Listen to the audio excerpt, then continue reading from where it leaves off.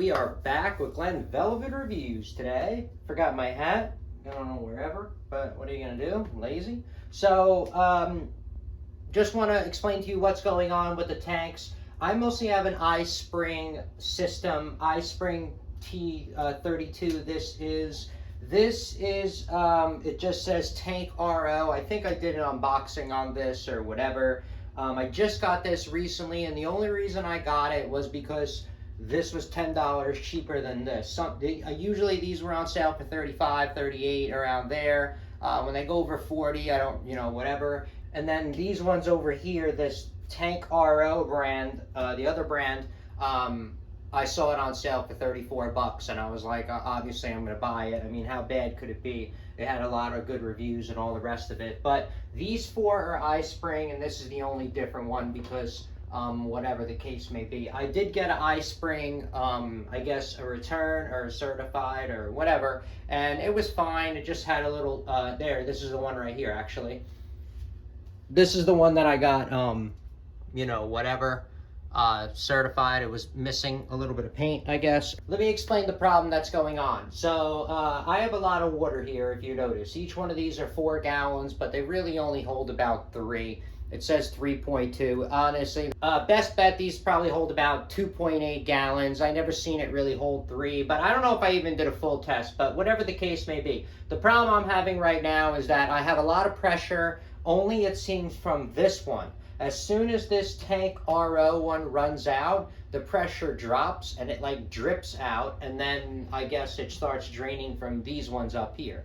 And it's kind of a pain in the butt because, like I said, you want to, I mostly use this for the saltwater fish tank. If you see my videos, I have a 40-gallon breeder that I'm trying to install in the wall behind me. So I need water, and I also got a 60-gallon breeder that I want to set up as well. And obviously I need a lot of water, so I wanted to have as much water as possible. So I eventually want to have 8 of these. Yes, I could have got one big one, or they have a 40-gallon big one, or they have 20-gallon. I could have got what you're saying, but I did the math already, okay? And price per gallon, this is the cheapest way to go, okay? Only when they have those big 20-gallon ones on sale, sometimes they have them on sale for like $179, then that's a really good deal price per gallon, because that's like $9, I guess, right? I guess per gallon you're paying or some shit. I don't know. Like I said, these are I'm getting, they're 4-gallon, but I only get 3-gallon. I look at the capacity that I am getting, not that, because you don't know how big the bladder could be. Really big in some of these, so your capacity won't be realistic to the size that they tell you. So obviously you guys know that, or at least I'm telling you that. So you got to really go by, what you can expect to get out of it. This is 3.2, and I think it's like 14 point something for the, I don't remember the exact numbers because I'm always doing stuff around here. So anyway, the problem is that I'm only having a good amount of pressure, it seems, for this one. So what we're going to do together is, I've never done this before, is we're going to test out all the pressures and see if that's my problem. Maybe the bladder in here just needs to be blown up. Maybe this one is 8 psi and these ones are 6, and that's the problem. And maybe when I bring these up to 7 or 8, I'm going to get that pressure. Now, you're not supposed to go over 8, otherwise you can damage the bladder inside, and then you got to throw it out anyway, so you don't want to do that. If you do need to boost anything, you can get booster pumps. I don't know how good those are. I don't know people that have them. I never installed one because I do not need that type of volume of water. As long as I have this, I'm really going to be set. All of them are like this. It's this little thing, so it just screws right off.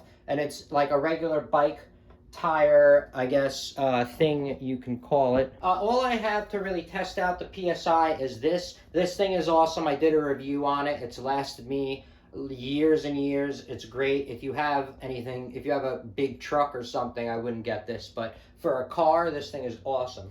So you could set the PSI. All right, so this says 27 PSI, but I guess because it's filled up with water. So anyway, this is 22 PSI.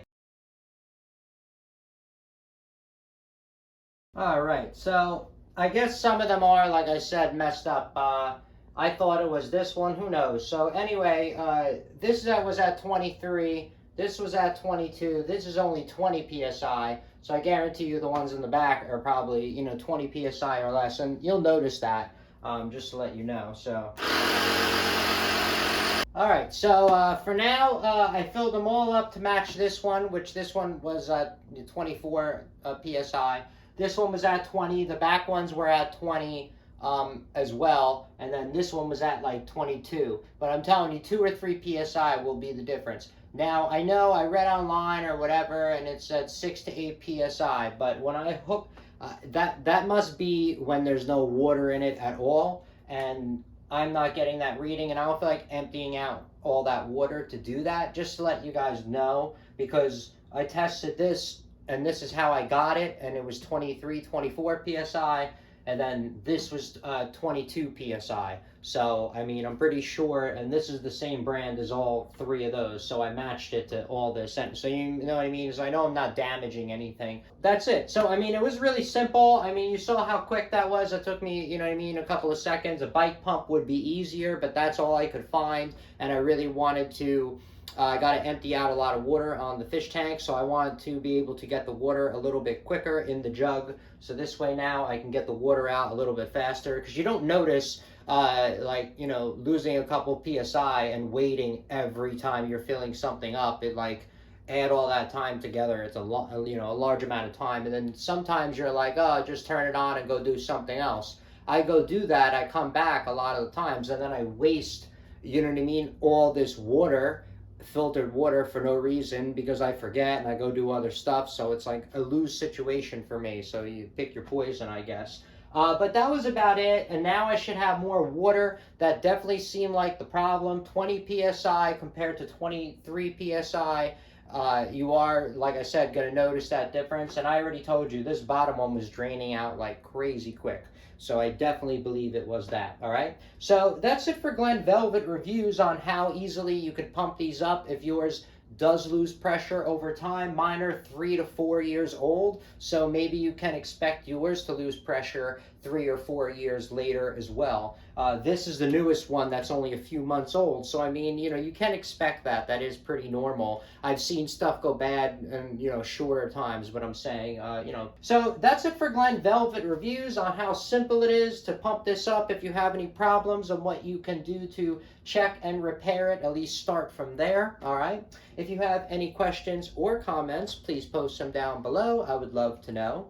Also, subscribe to my channel. Join me on my review adventures as I try to put up stuff to help out the community, just like I get help from the community. All right, everybody enjoy. Be safe. I'm out. Bye-bye.